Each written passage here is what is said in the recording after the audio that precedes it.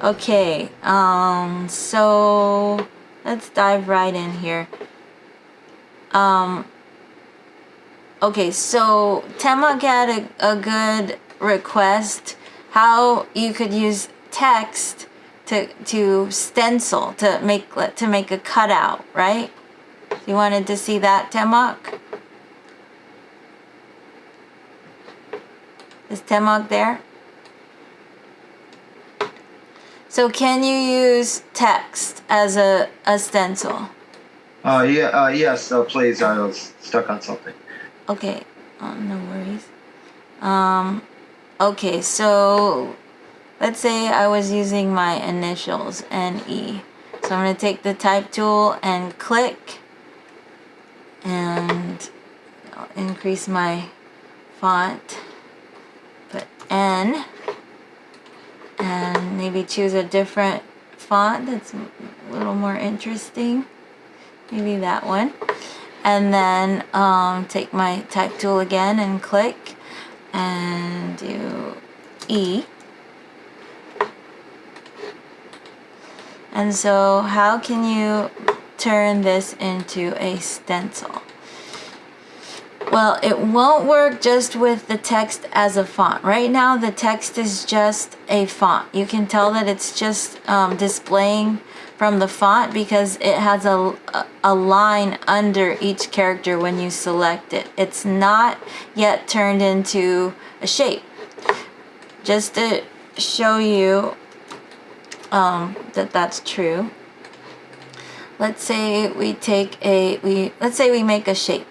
I'm going to take a moment to, well, I'll make a simple shape. Just go with simple. Okay, so I'll take my ellipse tool and I'll just make a perfect circle. Hold shift and make a circle that's a different color than black. So I'm going to switch colors, something else. Okay, so I've got this circle. I want to send it to the back, so I can right click, arrange, send to back. And then I've got this text. Okay, so let's say I made this arrangement of this text and put it where I want it. And then I select everything and then I go to what tool do you think I'm going to use to cut it out?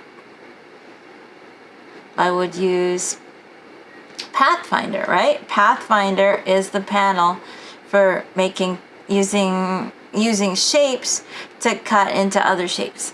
Will it work with a font? Probably not. So what you could use in Pathfinder is minus front. Let's click on minus front and see what happens when I have this font selected with the circle. And nothing happened. Except, wait, did something happen? No, nothing really happens with that. Just looking at the layers,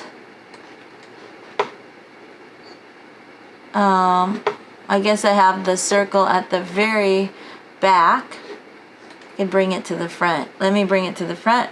You can use my shortcut too, Command Shift right, Command Shift right bracket, and then I could bring it a step back with Command left bracket. So now it's underneath everything. So when I select everything here like this, you can see these are my 3 layers here, and then I clicked on minus front.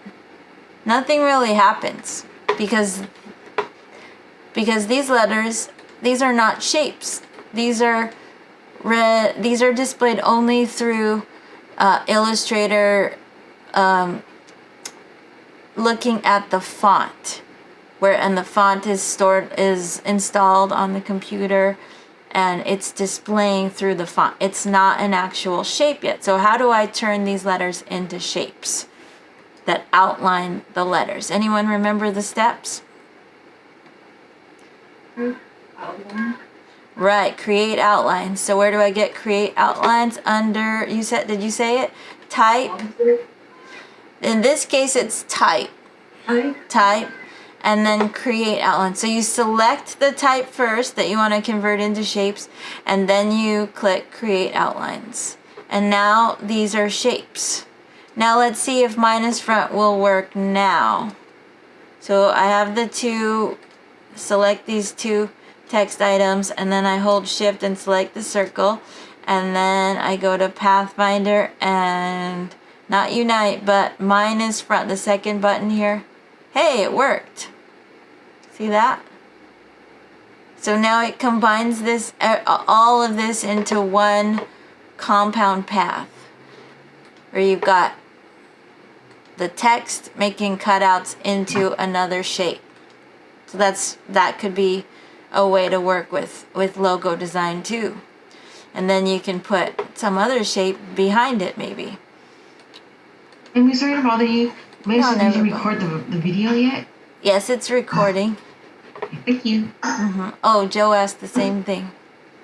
Sorry, I missed that. Okay, thanks for making sure I was recording. Sometimes I forget. Okay, I just wanted to show you maybe a few other things about the pen tool, because I gave you a handout on it and I kind of went over it really quickly. So you should find that in, let's see, I'm gonna go back to my media drive,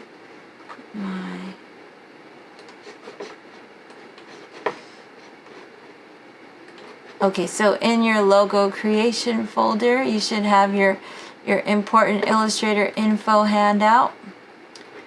And there is this section here with all the symbols that the pen tool will display to you when you're using the pen tool.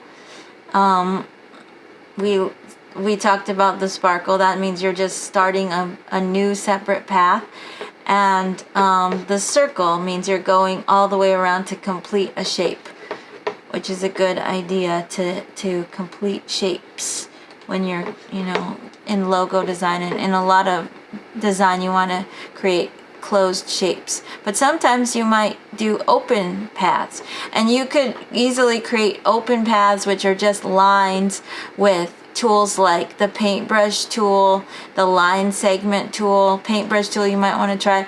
And with paintbrush tool, you just click and drag and draw like that. And it just, whatever colors on your stroke is what you're going to be drawing with. You could go to window and bring up brushes to choose different textures. Like if you want a charcoal brush, you could draw with a charcoal brush like that. There are plenty of libraries with additional brushes you can choose from here. Like if you go to artistic ink, you can choose even more options to paint with ink. When you click on those other options, then they get added to your main brushes panel. Then you can close the library when you're done. Artistic ink, you just move this over. So this is with the artistic ink. So I'm just creating these paths here. And there are calligraphy brushes on top you can play with that give you like a ribbon look. You can click on this one here and draw kind of like calligraphy strokes.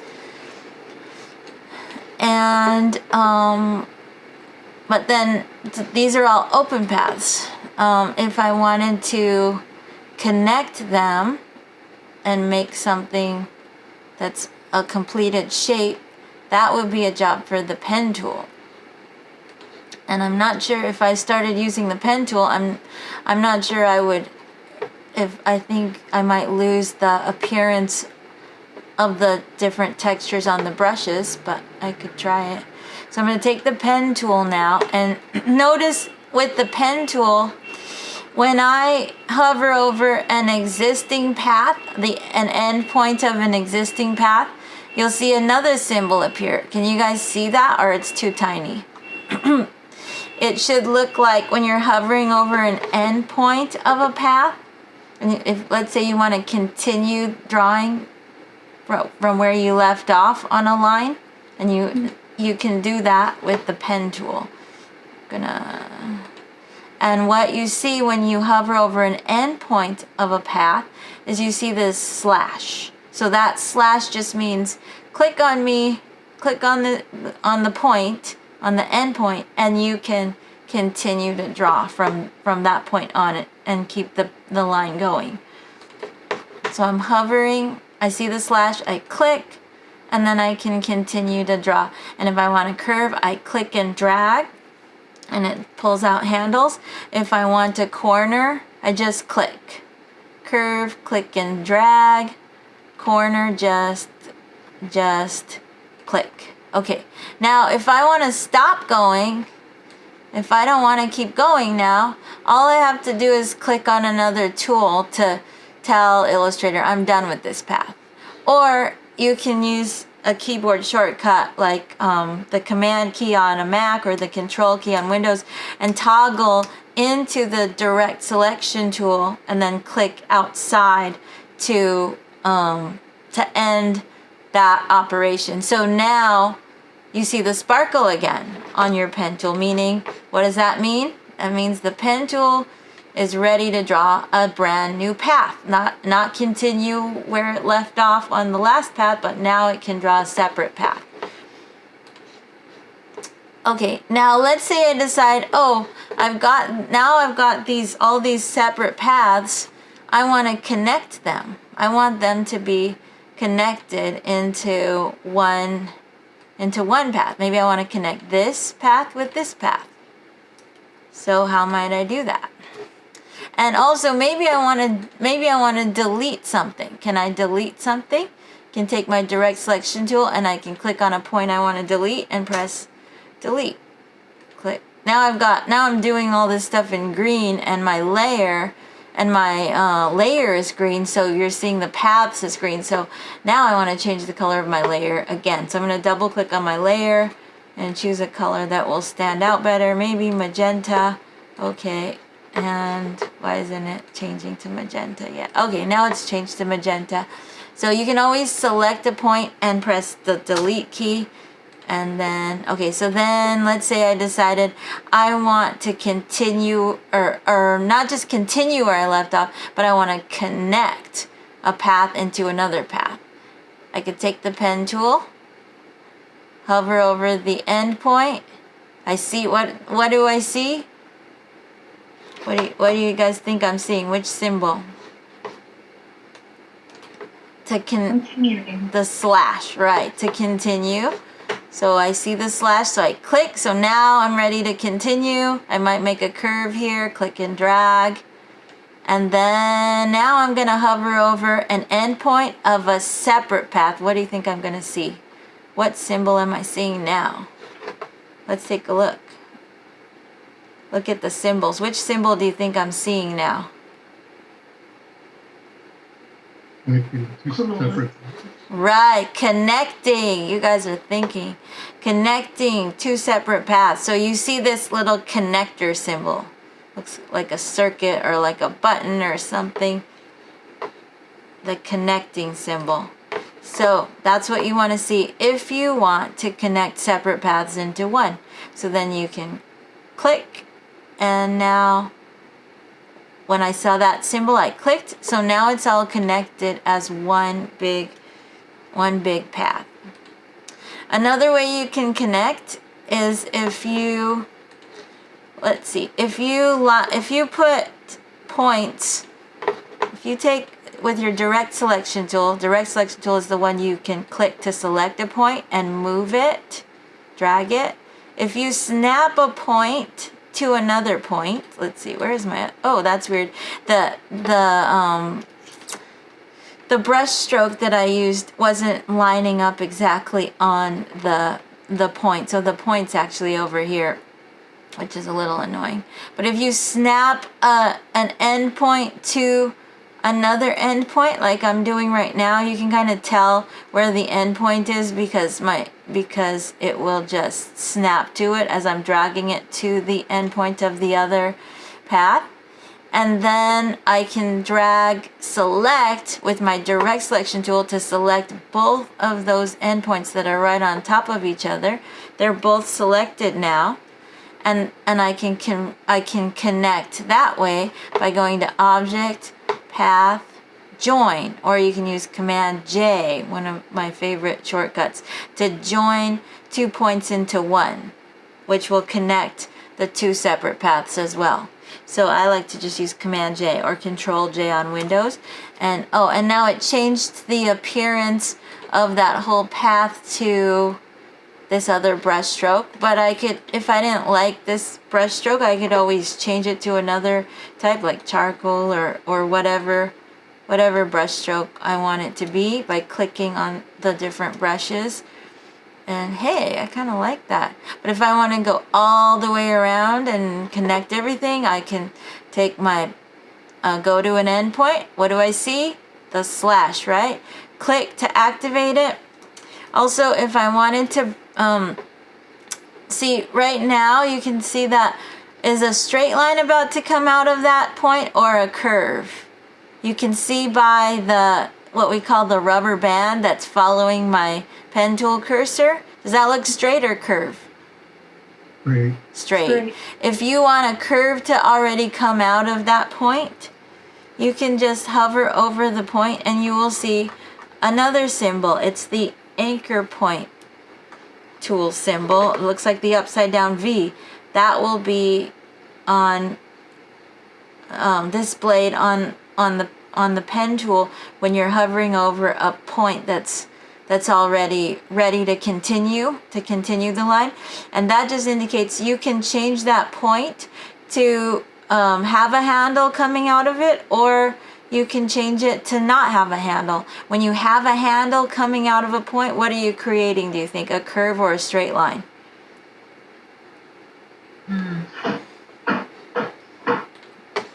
A curve. A curve, that's right. Because wherever there's a curve, whatever points create curves have handles.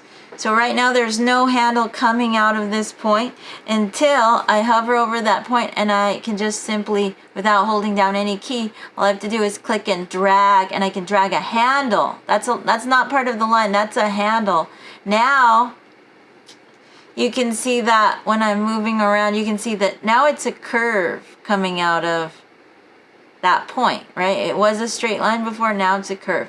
If I change my mind and I say, oh, actually I don't want a curve coming out of this point, I want it to be a straight line, I could just go back to the point, and instead of clicking and dragging, just click.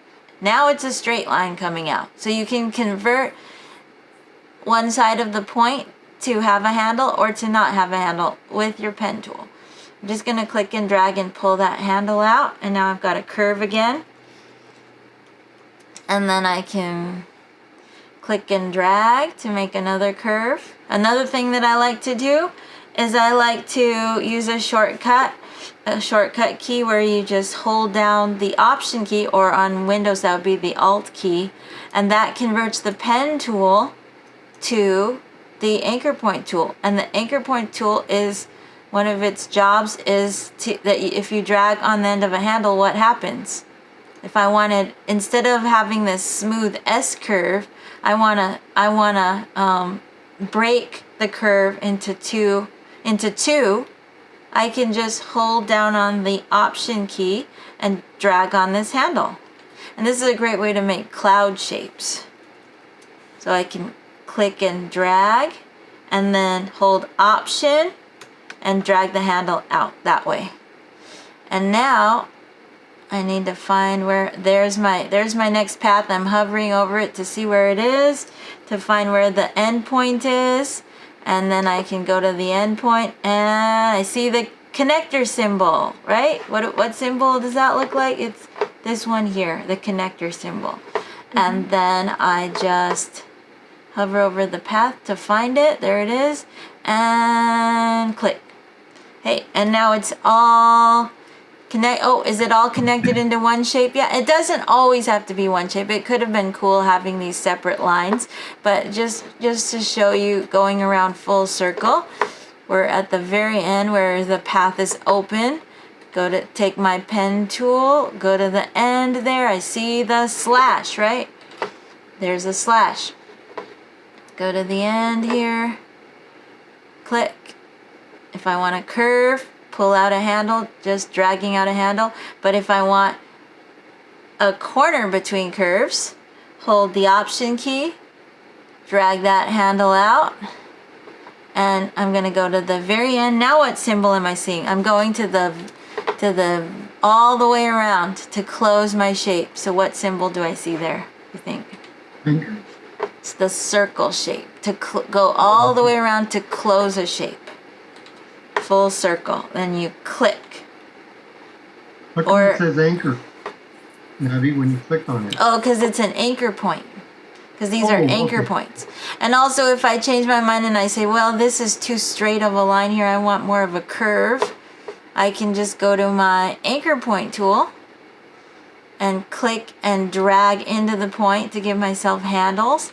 But then I don't want a smooth S curve here, a smooth continuous Bezier curve. I want a nice corner between curves, so I drag the end of the handle like that. And then I go back to my direct selection tool, select the anchor point. It says anchor because it's an anchor point I'm hovering over. Then I can drag this handle out and make more like cloud shapes if I want more of a cloud shape. All right, so there we have how you can use a combination of the paintbrush tool with the pen tool to add to your logo to do some more freeform drawing. And then, okay, so now let's get to testing. I think we're ready for the testing stage. Once you created all this brainstorming, you want to start testing. You might want to make separate artboards to encompass more of your brainstorming, because I'd like to see all the brainstorming that you went through, except if you know, like, if you really don't like something, just delete it. But I like seeing the whole process of where you've gone with it, and I think it's helpful to share that with others to get feedback. So there is a tool that you can use to add more artboards or to customize the size of your artboard. So we started just with the letter size, which is great if you have a desktop printer and you want to print any of these out. It's good to use a letter size because it's going to print on your standard letter size paper. So you could stick with letter size if you want, and then you could go to your artboard tool. As soon as you click your artboard tool, it's a tool at the bottom of the toolbar, you'll see that the artboard kind of lights up with this dotted line around it. If you go to the properties panel, then you can go into the artboard section of the properties panel and click the plus to add a new artboard. I noticed that you, Joe, are not using properties. Do you not have the new essentials layout, or you prefer to use the control panel? Because there's also, if you like using the older workspace layouts, you could use the control panel and also find options for your artboard tool there and click add to add a new artboard here from the control panel. Or you can go to artboards and properties. Properties is what Adobe developed to use instead of the control panel, but there are some things I still like about the control panel too. But I'll just hide my control panel so I have more space to work with here. And then I can click the plus to add a new artboard. So you can add more artboards that way by just clicking the plus, and it's going to give you more artboards that you can arrange your artwork on. You could also, when you're on the artboard tool, you can also customize the size of your artboard by hovering over the control points, and you can make certain artboards larger than others, and you can move them around. But when you move an artboard around, usually by default, if there's artwork on it, it's going to move the artwork with it, unless you uncheck move artboard unless you uncheck move artwork with artboard, which is in properties under the artboard section. See, if I uncheck that, then I can move my artboard without disturbing my art. But sometimes it is handy to have that on so that your artwork moves along with it. If you're moving it around, just dragging the artboard around. And then I can go back to my selection tool, and you can start arranging all of your brainstorming and look at it all and see, make decisions on, can help you to make more decisions about what you want to keep or what you're not that interested in keeping. Anything you're not that interested in keeping, you could just leave outside in the gray area, which we call the paste board. But you could start putting together logos that you want to use, something that you could work with still. Natty, Uh-huh. I created another artboard Mm-hmm. and named it, but I don't see it appear on the window.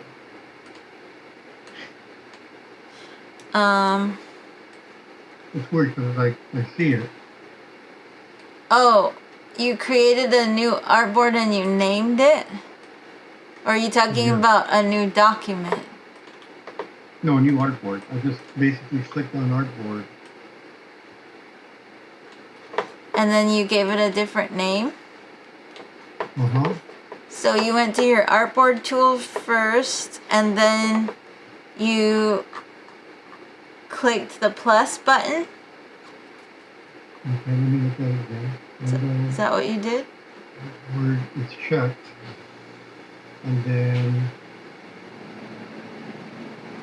plus. But you didn't see where it went when you clicked the plus? It should just put it next to the previous artboard, and it should be the same size as the previous artboard. You can also select an artboard and press delete to remove artboards. I'm gonna go back to the selection tool. Do you want to share your screen? And No, we'll just cover it later. okay. Because I can see it appear in the right-hand corner. Mm-hmm. Yeah. But if I I'll do want, that. I could also take my artboard tool and draw a brand new artboard around something by just clicking and dragging. And then I can... Nappy, do we have to save this in order to? Do we have to, like, when we make up something, you have to save it? And how do you save it? Or How do you save your document? yeah, are all these things here? If you don't save it, will it erase? Yeah, if you don't save your document, you'll lose all of this. So And how do you save it? Yeah, sure. So you just go File, Save. And if you're saving for the first time, you need to name it and choose your location. Which, if you're saving for the first time, it will look like going to File, Save As. And then you name it. And it should have the same name that you used when you set up the document. But I'd like you to name it for turning it in. Your last name followed by your first initial - logo. Save it as an Illustrator document. And just put it in your folder for the class and save it there as an Illustrator format file. And you might also do, if you're at the end of your work, because I probably don't have all the fonts that you used, if you didn't outline your fonts, then it's a good idea to turn in not an AI to me, but a PDF, because then I can see your fonts displayed properly. But if you outline all your text, then you don't have to worry about it. You won't lose the appearance of your fonts because you convert them to shapes. But if you leave your fonts as fonts, then the only way that I can see them is in Adobe Acrobat. So if you give me a PDF, I can open it up in Adobe Acrobat. So you can switch that at the end. I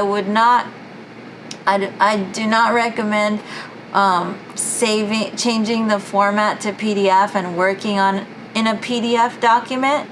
Because see, I could go and switch it to PDF and save a PDF version here as well in my folder for the class.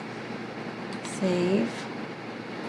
And So this folder is different from File Explorer on your computer, correct? Yeah, the Mac, saving on a Mac is a little different than saving on Windows. Yeah, I have a PC, but it doesn't go into your file explorer and PC when you save stuff, or It goes into here. I'll go over that. On a Mac, it's a little different. So if I go File, Save As on a Mac, I have this window instead of the way that Windows has it. I have this Save As dialog where I have the first column here. I can choose locations. So I can choose to save on a hard drive here, or on an external drive, or on, whatever. Or on desktop. But okay, I see why it's different. I have a PC, so yeah, so I guess the things layout is different. I understand. Things are Okay. gonna look a little different, but that's good. If you wanted to share from your side of things, that would help people with PCs. If you want to share saving in your folder on your side. I still have to start making some ideas. I just got the Adobe link last night. Yeah, I understand. Okay, so you can. One thing that might be helpful for you guys now, that if once you have your Adobe ready and launched, you could follow along with me just to get the motions of what I'm showing, and then later when we have independent work time, you can go in your own direction and use some of the same concepts that I'm teaching. Or if you learn better just watching and taking notes, that's great too. Okay, and you So guys like open up multiple screens, like your screen and then the Adobe screen, and kind of follow along and do what you're doing, sort of. Yeah, you can exit out of full screen on Zoom, so that you can try things out and watch me and try. And some people do have more than one screen or use more than one device. I know Sunhee does that, right? Sunhee, are you there? I use this display as well. So some people have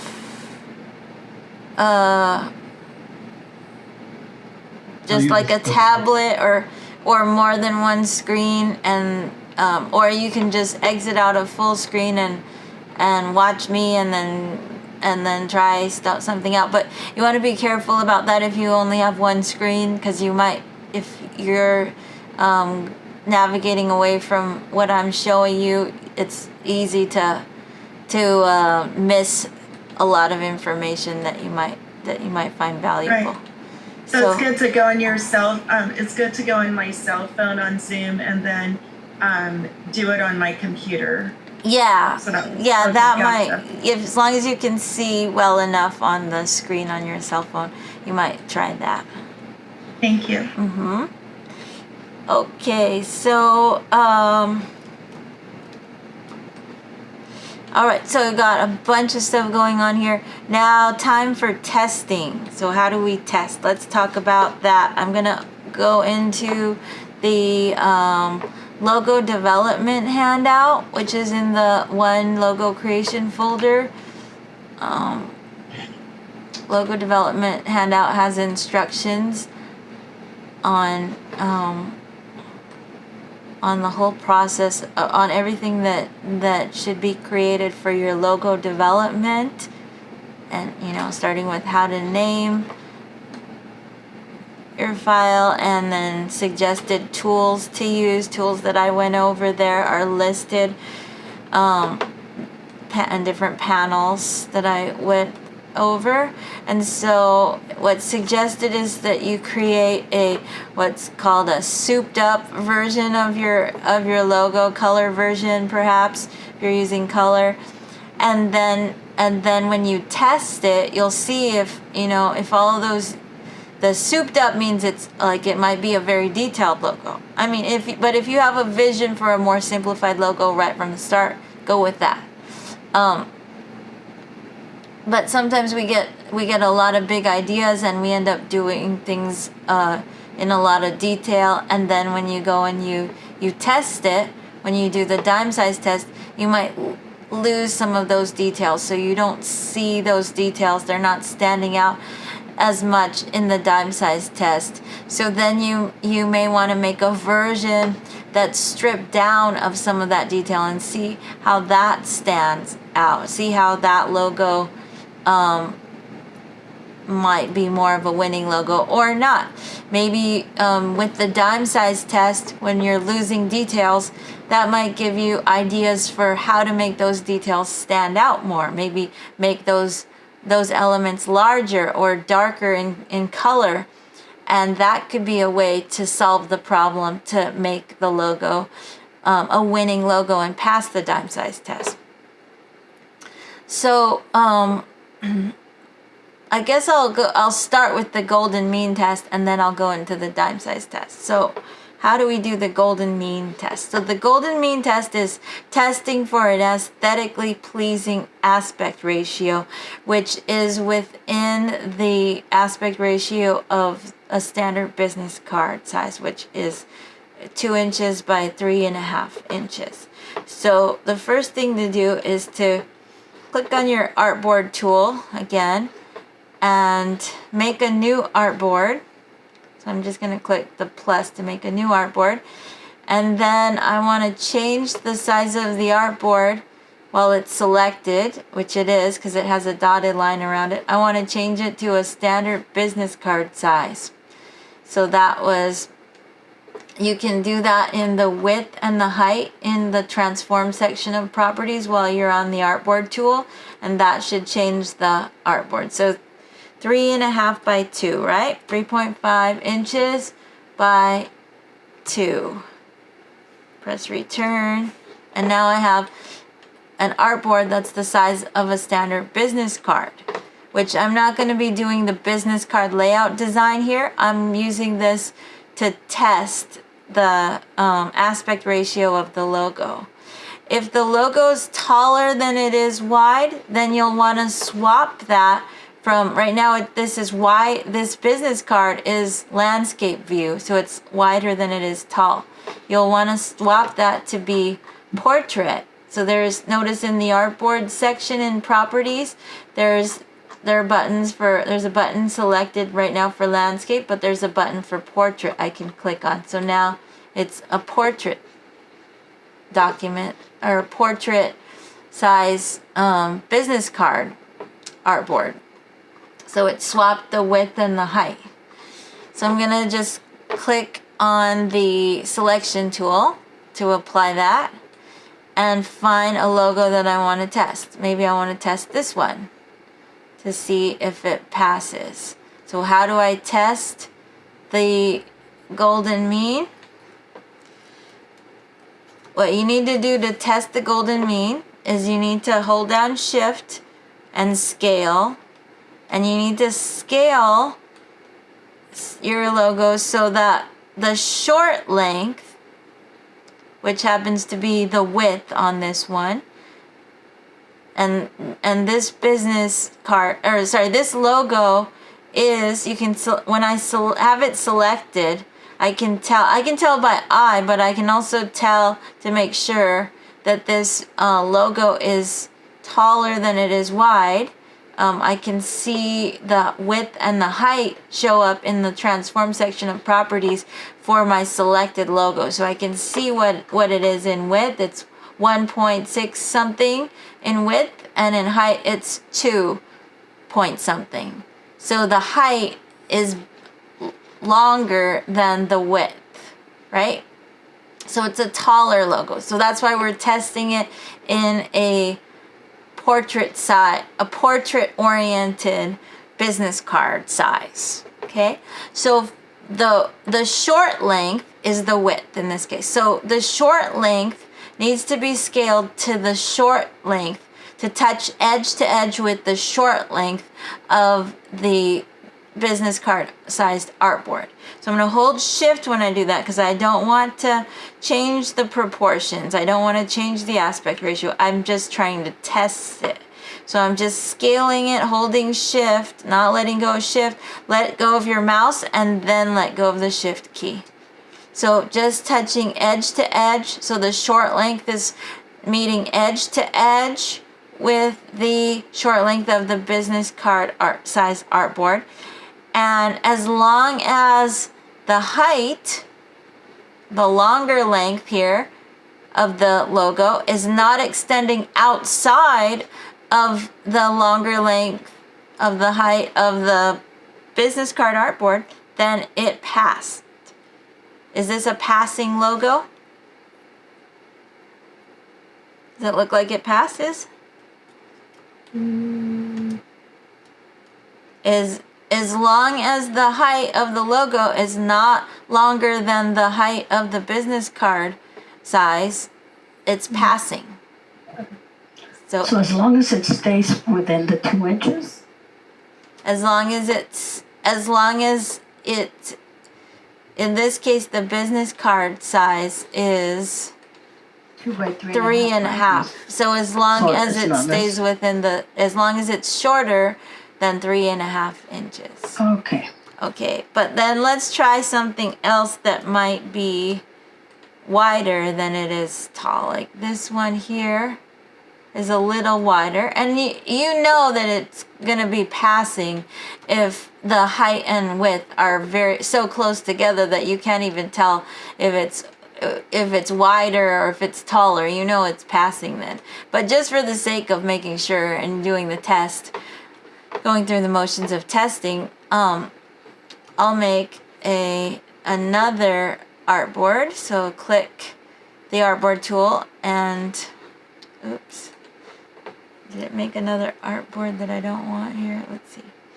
Okay, I want to select, you can also use your selection tool to select artboard. So I'm selecting this business card artboard, and then I'm going to click the artboard tool, and then I'm going to go new artboard, and now it made a new artboard that matches the last one I had selected.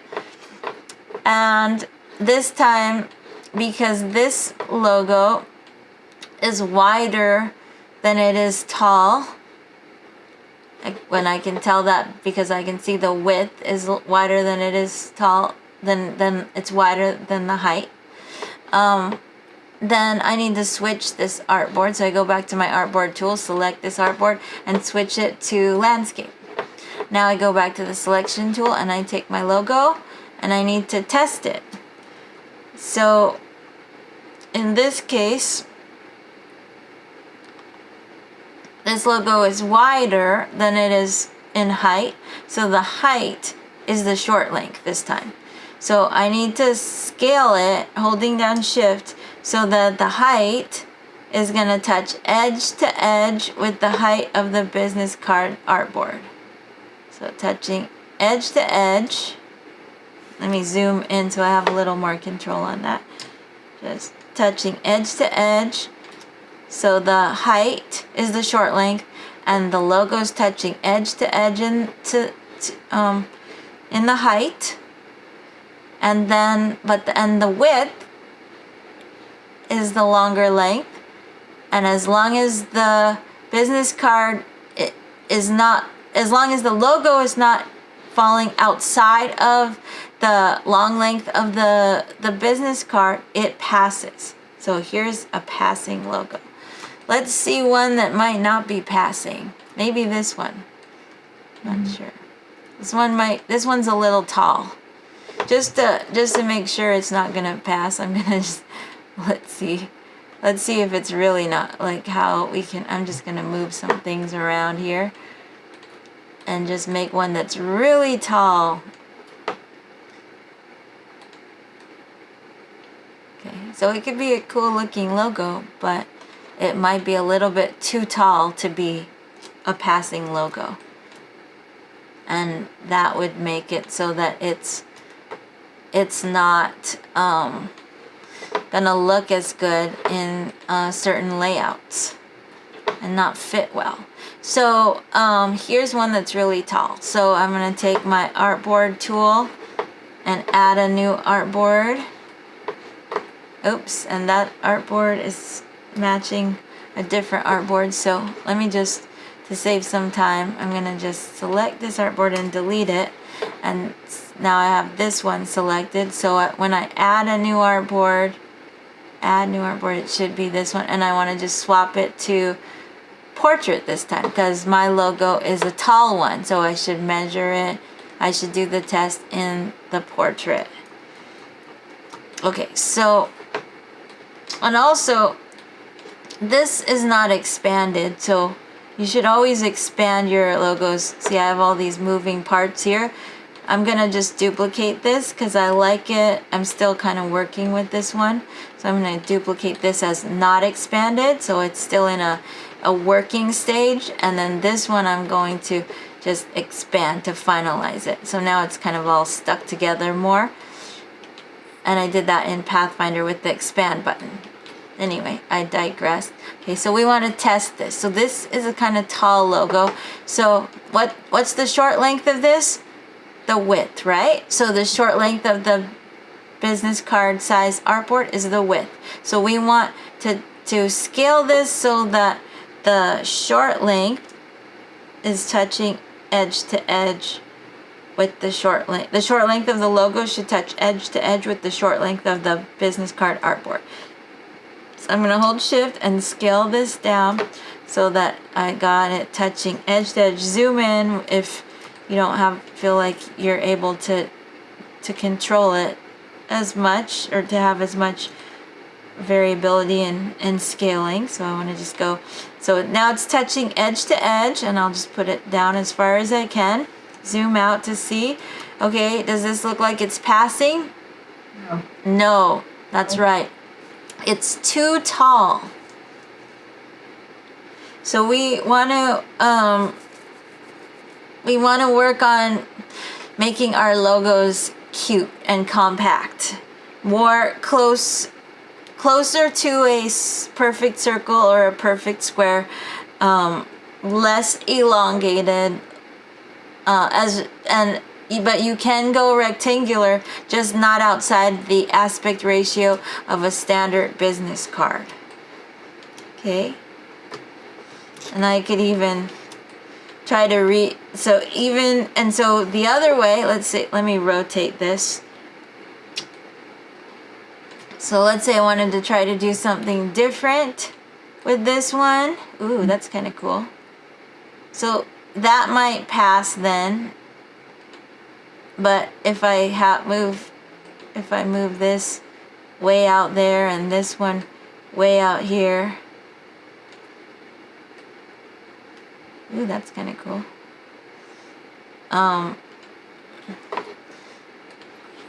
Let me just duplicate this out and expand that with Pathfinder, expand, so then it's in its more final form.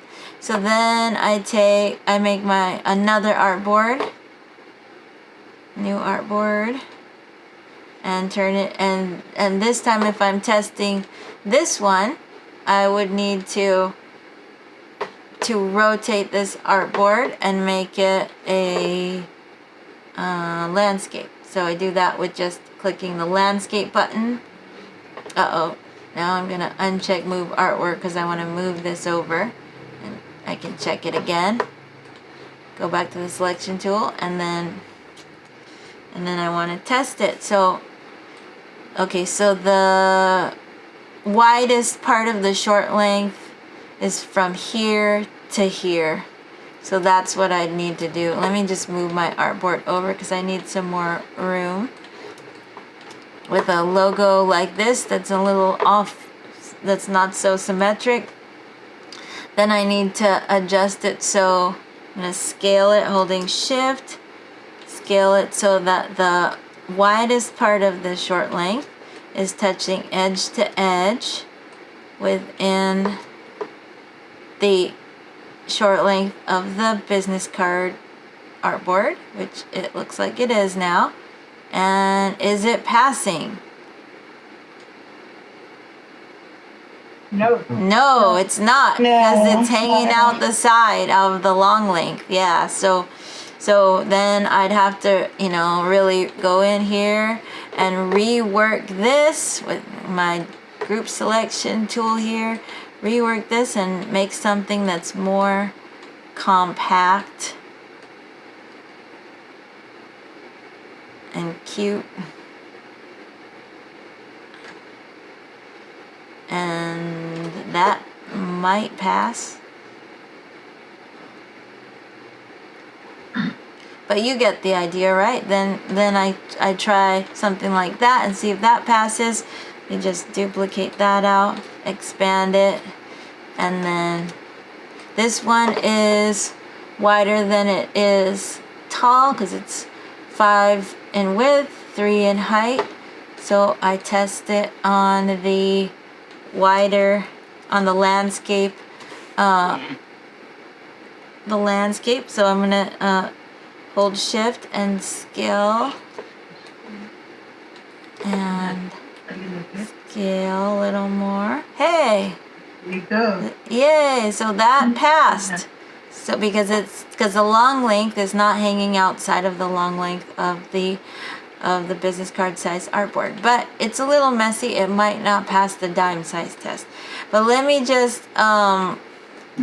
find something else and see if we might pass the dime size test. Okay, so ready for the dime size test? So the dime size test ensures that every detail of your logo is gonna stand out at any size, and it's gonna have that level of simplicity for impact. Oh, I messed up here. It should say 0.7. I thought that I changed that for this. Thought I changed that on yours. Mine's probably just not changed. But I changed it to be 0.7 by 0.7. It should say that on yours.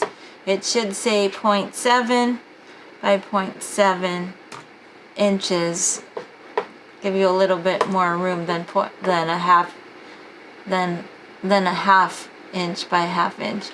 So okay, so let's make an artboard that's approximately a dime size, and let's say that's 0.7 by 0.7. That'll be how you test to see if your logo has simplicity for impact.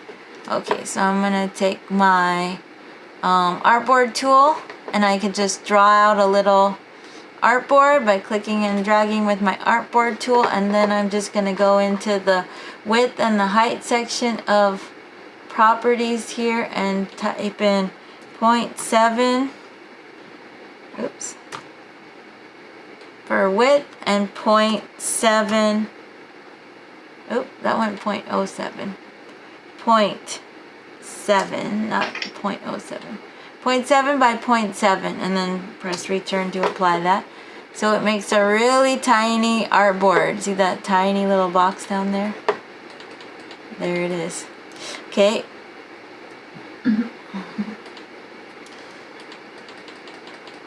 And you can move that around wherever you want with your artboard tool.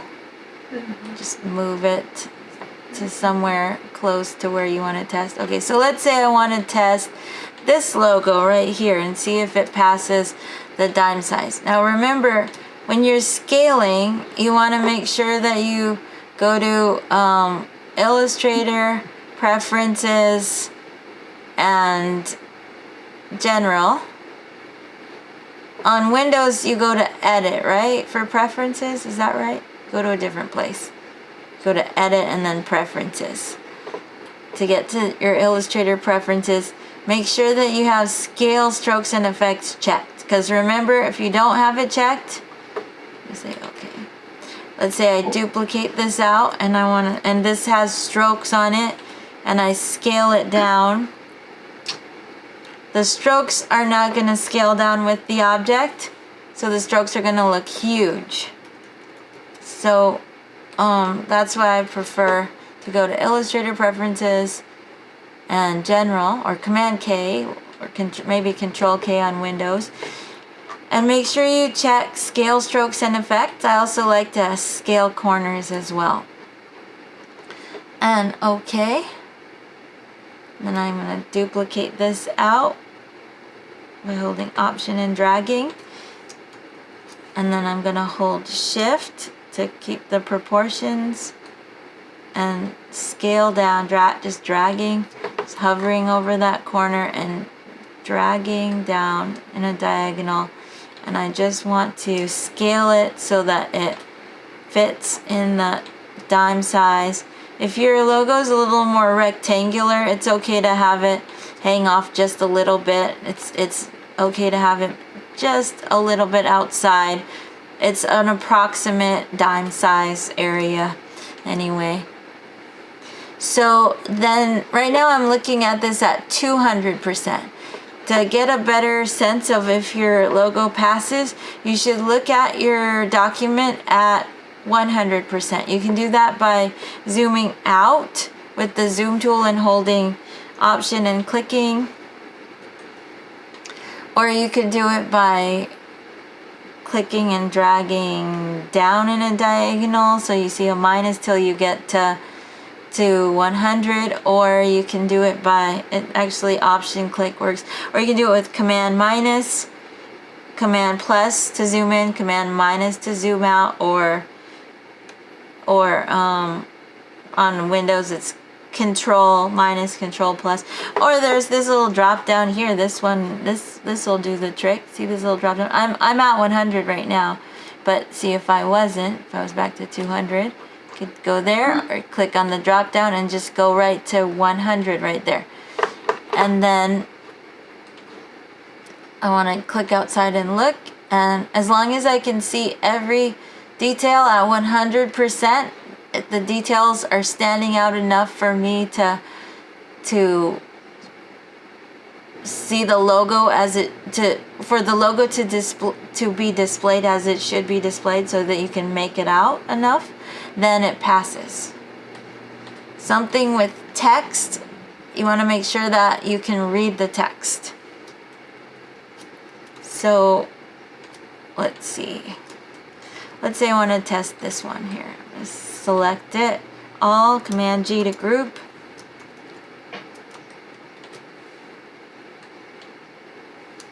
And move this over here. Scale it down, holding shift.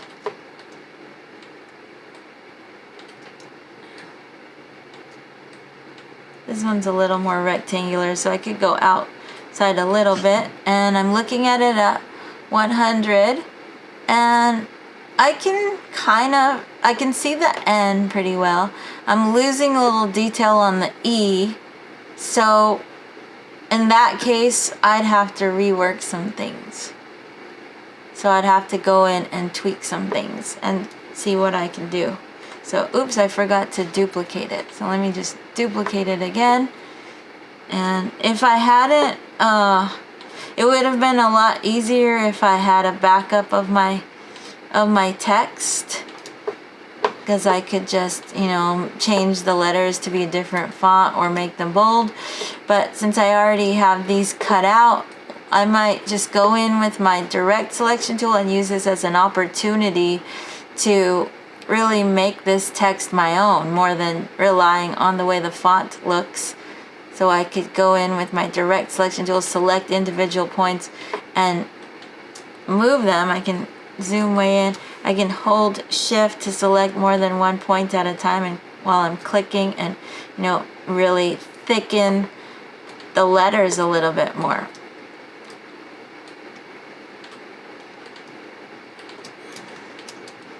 To make it pass. Nabi, when you're doing that, say we have like I was working on my logo. Would I have the ability to modify it like you're doing right now, or would I have to recreate the letter? You can always select individual points and move them around to modify. I might even be able to use my group select tool and select. If I select just on the edge and hold shift, let's see, and then I switch to my selection tool, I could even make this bigger, and even though it's a cutout, it's actually allowing me to make it bigger. I could use my group select and select the N and move it around. Ooh, I could do overlap still, or not. That's pretty awesome.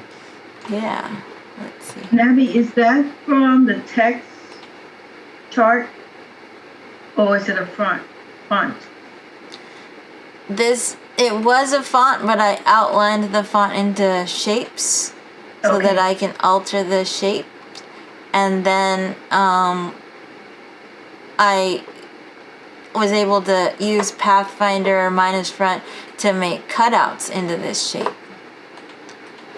Navi, I have a question. Uh-huh. So when we're done with each section of this, we bring it up or download it on Canvas, or we put it on Canvas, and then I guess save it to our file explorer if you're on a PC, and then take that and download it into Canvas, correct? On a PDF form file. Yes, that would be great. And I'll go through. I can go through that whole process. So Okay, you see thank you. how to do that. Okay, so So Nabby, you suggest doing the artwork on the board and then size it down to your business card, correct?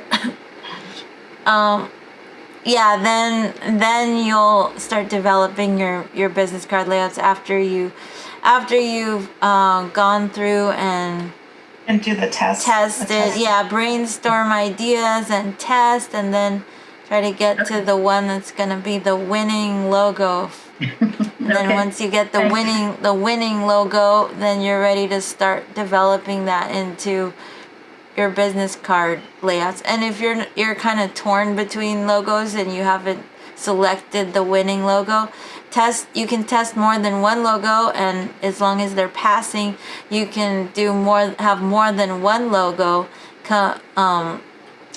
and bring more than one logo to do different ideas for business card layouts with more than one, and then that might help you to decide which one you really want to go with, to see different logo ideas in different business card layouts. And you can also get feedback from your peers at any time. Just say, I want to get some feedback. And Navi, I have another question. Does it have to be a round logo, or can we choose anything we want? Because I noticed that a lot of yours are round, or maybe not. No.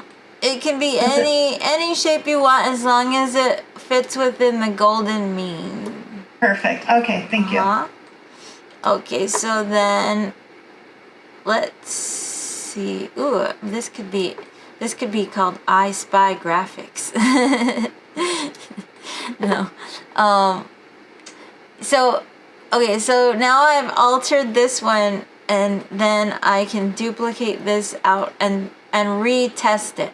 So you can always, after you look at your dime size test, you can go in and make changes to emphasize certain details that you couldn't see before, or take them out, strip down details that you're losing if you don't need those details, and then retest. So I'm gonna scale down again to a dime size and see if this one passes, because I emphasized the E more so I could see it better. And then I'm going to zoom out with Command -2 100%, and I can definitely see the E a lot better.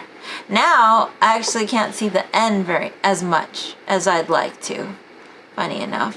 So I can go back and make adjustments to the N. This part of the N I just didn't see. I didn't notice that before when I tested it. But I'm just shift clicking with my direct selection tool on these 3 points, and then I can move them all together to alter the width of that. Maybe make this move out a little bit. So it's, I mean, there's a question for the shape tool, like the other flower. How do you design it when you're trying to draw it? the shape tool of the other flower. Oh, because it's on the second, Oh, not the N and E, but near the SW. This flower? Yes. How did I do that? Yes. That is in the video. You'll see. Okay. You'll see it when I did that one. Thank you. I can point you out to the exact place in the video, and send that to you when I find it, if that will Now, be helpful. Uh-huh. On your preferences, I noticed that you clicked on it and you clicked a couple buttons. Mm-hmm. Is there a tutorial on basically what to click on, what not to click on? Oh, the reason Yeah. why I set up those preferences, I guess I didn't emphasize it enough.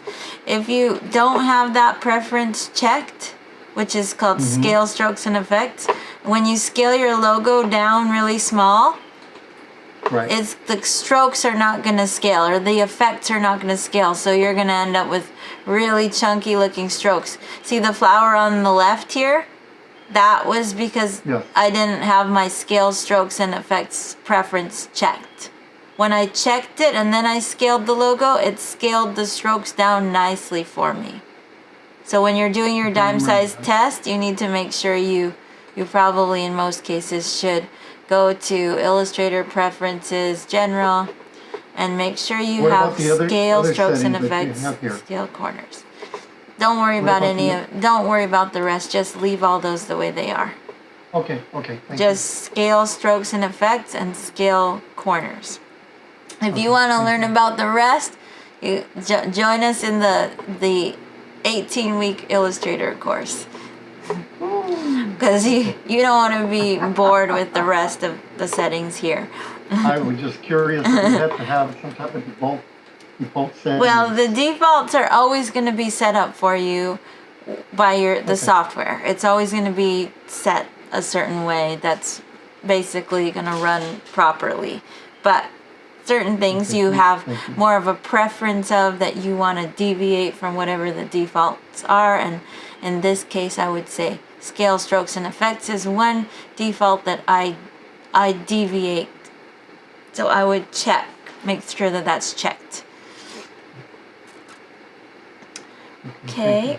Nabi, are you teaching Illustrator in the fall? Yes. Is it every day? Yes. Every day, 2 hours a day. Is that for that's for graphic design, right, Abby? Uh-huh. That's the graphic design program. It's not just beginning Illustrator? Learning Illustrator by itself? It's learning Illustrator, and I incorporate graphic design graphic design into that. What time class. did you start? It's 10:10 to 12:10. Okay. Oh, okay. Is it going to be hybrid and Zoom? I'm not sure exactly what the plan is for the fall, but I think they're moving in that direction for the fall, and more of an in-person. But I think now that we've discovered Zoom's never gonna go away. Yeah, I'm glad. Yeah, I hope we could always have Zoom. I like Zoom. Yeah, So and then to- people can from 10 save driving to- time. So from 10 to 12, you said?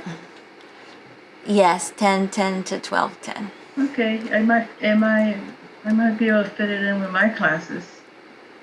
Because I That would have be to great. consider I have classes myself. Awesome. And yeah, That'd be great. except for Thursday. Thursday, not a. If it's Zoom, I could use the recording on Thursday because I teach elsewhere. Oh. Yeah. Yeah, you can always catch up with the recordings. Okay. Okay, so then once you've done your test, like let's say, I think maybe this one's a winning logo. So you want to make sure that you did your test here. Actually, maybe I didn't show you this one. Let's see.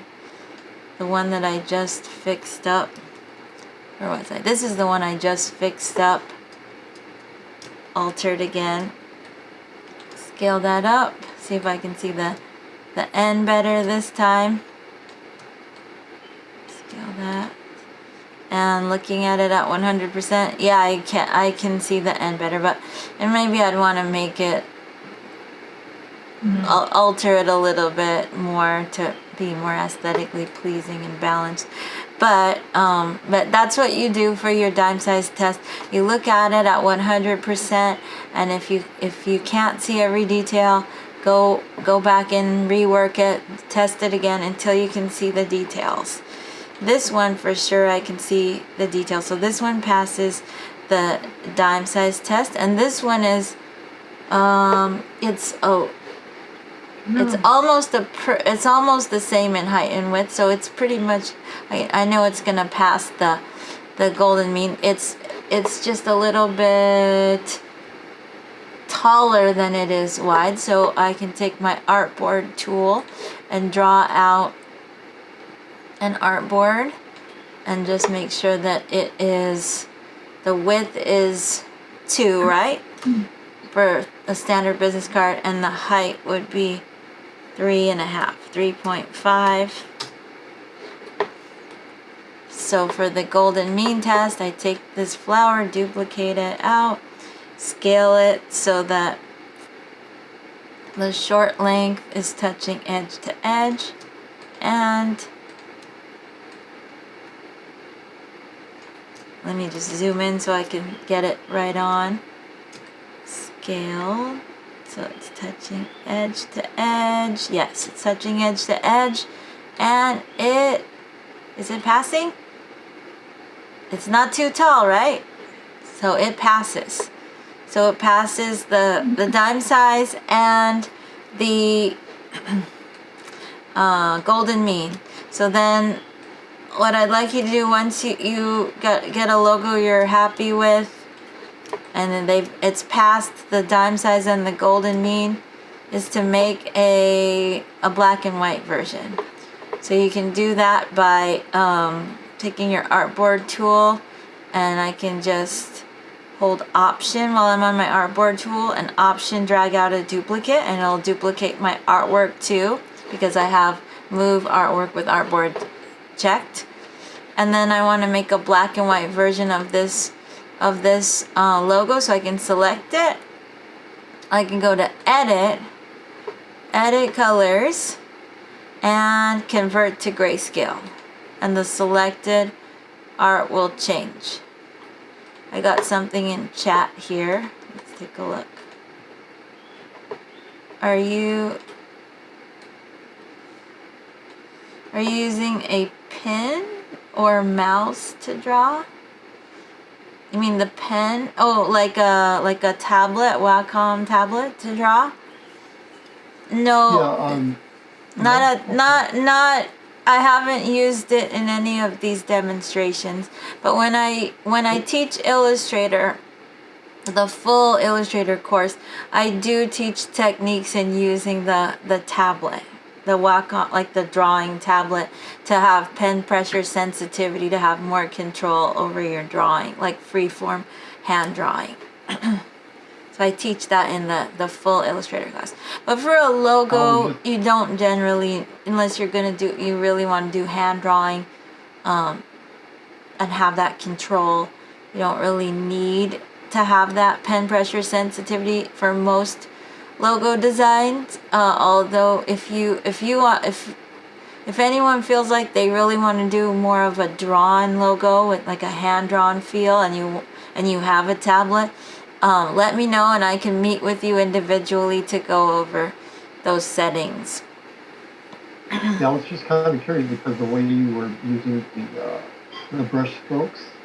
Oh, I was just using my mouse. You're such an expert at this, so it just kind of blows me away. Oh, oh, that's very kind. Thank you.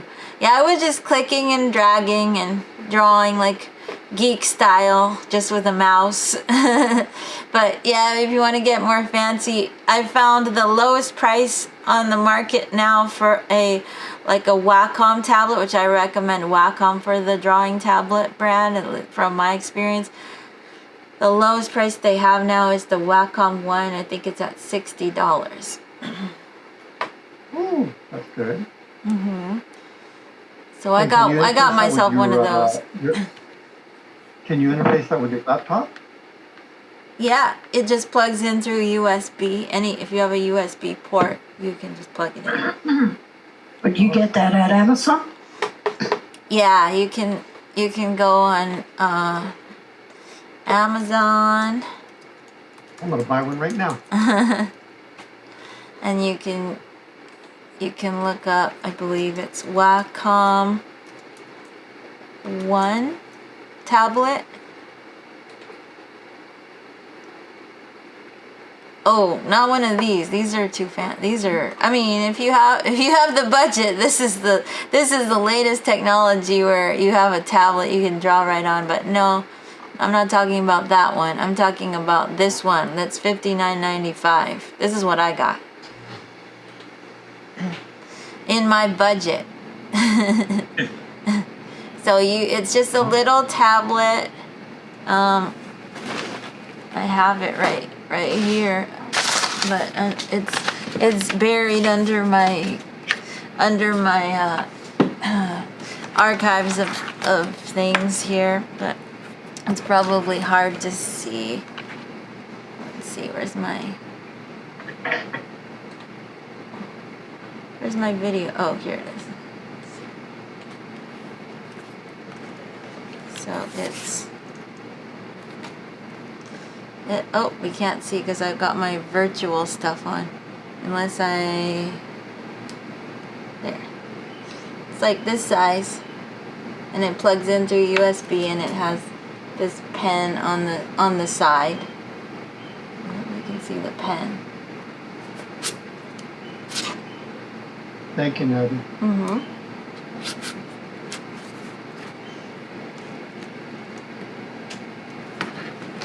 Yeah, but if anyone has one and they want some extra pointers on how to use it with Illustrator, let me know so I can give you some tips on how to set that up with Illustrator. Excuse me. Okay. I have one, but it's I bought it years ago, so, and I've still never been able to learn how to handle it. So it'd be great to learn now. Yeah, if the drivers are able to be Compatible. up to date and compatible still with Illustrator, that's, yeah, definitely keep I'll going check with that. out. Yeah, because I had to get a new one recently because my drivers finally became incompatible with the latest update to my Mac. Unfortunately, okay. that happens with hardware. Okay, I'll check that out. Thank you. Okay, so then what you can do is after you do the mechanical conversion to black and white, which is what I just did when I selected the artwork and I went to edit colors, convert to grayscale. That's just a quick mechanical conversion where it just gives you a grayscale version of all the color, any color that you had in the logo in the color version. And that might not be the best. These shades of gray might not be the best choice for the black and white. Maybe you want things to stand out more. So in that case, I can use my group select tool or my direct selection tool and select parts that I might want to change and alter. So I'm selecting this stroke here, or this shape here, and I see the stroke is in the front. So I can alter the color of the stroke and make it stand out differently. So I can double click on the stroke and choose maybe I want a pure black for that. Ooh, that changed everything. Okay. Let's see if I wanted to just change one thing at a time though. Let me undo that and see if I can try that again with just this. Let's see, just change this to black. Will it just, oh, it's all connected. Let's see if I just change this one to a gray. Nope, it's all connected. So let's see if I can disconnect it. So I can select it, see if I can ungroup it maybe. Ungroup. Let's take a look at it in layers. Sometimes you have to dissect your artwork to figure out what's going on with it. So I open up the layer, and when you have a ton of layers, a ton of sub-layers like this, and it starts to become unmanageable, that's another reason that you might want to start grouping things into other separate layers, but I can manage it still. So, oh, it's because it's a compound path. So this is a compound path. So if I want to be able to dissect it and change colors more individually, I will need to release the compound path, but that could cause problems. We'll see. Object, compound path, release. Okay, good, no problems there. So now I can access the shape separately, more separately. So I should be able to take my direct selection tool and select maybe just this stroke here. See if it'll work, if I can make that black. And select this color, maybe the fill color, maybe I want to brighten that, so I click the fill to the front, double click on that, bless you. Maybe choose a pure white. As long as you're choosing from this edge here, whether you're doing web colors like I am or not, as long as you're choosing shades of gray, and probably don't need to have web colors checked when I'm choosing my shades of gray. As long as you're choosing along this edge, then you're choosing grayscale colors. Just pure white or shades of gray or black. So maybe I want to brighten that up, choose more of a white. Maybe this one, this stroke here, I can select the stroke and click on the stroke to the front, double click on it. Maybe I want to darken that up a little bit. Say okay. Hey, and I'm starting to like it better now. So rather than just allowing the computer to decide what the shades of gray should be, like I did originally with, oops, I moved. Let's just duplicate this, and just to show you again what it was before, when I went to edit colors, convert to grayscale, it was kind of just a washed out black and white version. And then this one, I made some choices, so I was able to select certain parts and make parts, certain elements stand out more from others to give more contrast. So I had to release the compound path in order to do that, to access this separate parts, to have more control over what different parts, and give different parts different colors. I had to do that, but you might not have to do that. So that's just my recommendation, that you have a really nice looking black and white version of your winning logo as well. I'm gonna just delete that and save this document, the logo. Oh man, I messed up, because when I saved it as a PDF, and now I'm working in a PDF, which I don't recommend you do. But now what's done is done. I recommend that you work in the AI file, but sometimes it's easy to forget, because if you go file and you save as and you choose PDF, then your file that's open in Illustrator is a PDF. But I learned the hard way. I was working in Illustrator on a PDF document many hours, and PDF is not 100% compatible with Illustrator, so the file became corrupt. So in general, I wouldn't recommend working in Illustrator on a PDF. You could go back, Navi, you could go back and undo. Can't you? Because you haven't deleted it or anything. So if you go back to undo, it should go back the way it was. Except I don't want to undo the work that I've done here. I like it. But what I could do is I could open my Illustrator version, and in my Illustrator version I didn't have all of, I didn't do all these tests, but I could still, I like this, so I could still copy this artwork from the PDF, copy it, and paste it into Command V to paste the black and white version. Oh, I didn't copy all of it. Let me try that again. Select it all, I'll group it, Command G, Command C to copy, and paste it, Command V. So I have in the Illustrator file, I have a black and white version of this too. And I'll just save that. You could also, from PDF, you could do a save as well, but I don't recommend you do that because of the compatibility issues.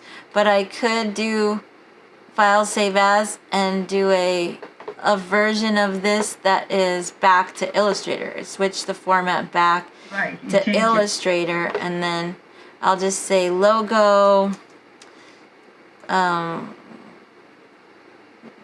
B or something. I'll know this was a PDF and now it's Illustrator again. Put that in my folder for the class. Save. Okay, but all you need to turn in is the PDF though. Yeah. So you could turn in an Illustrator version or a PDF. And now I'm gonna hide Illustrator and go to Canvas to turn it in. Oh my gosh, we're going over.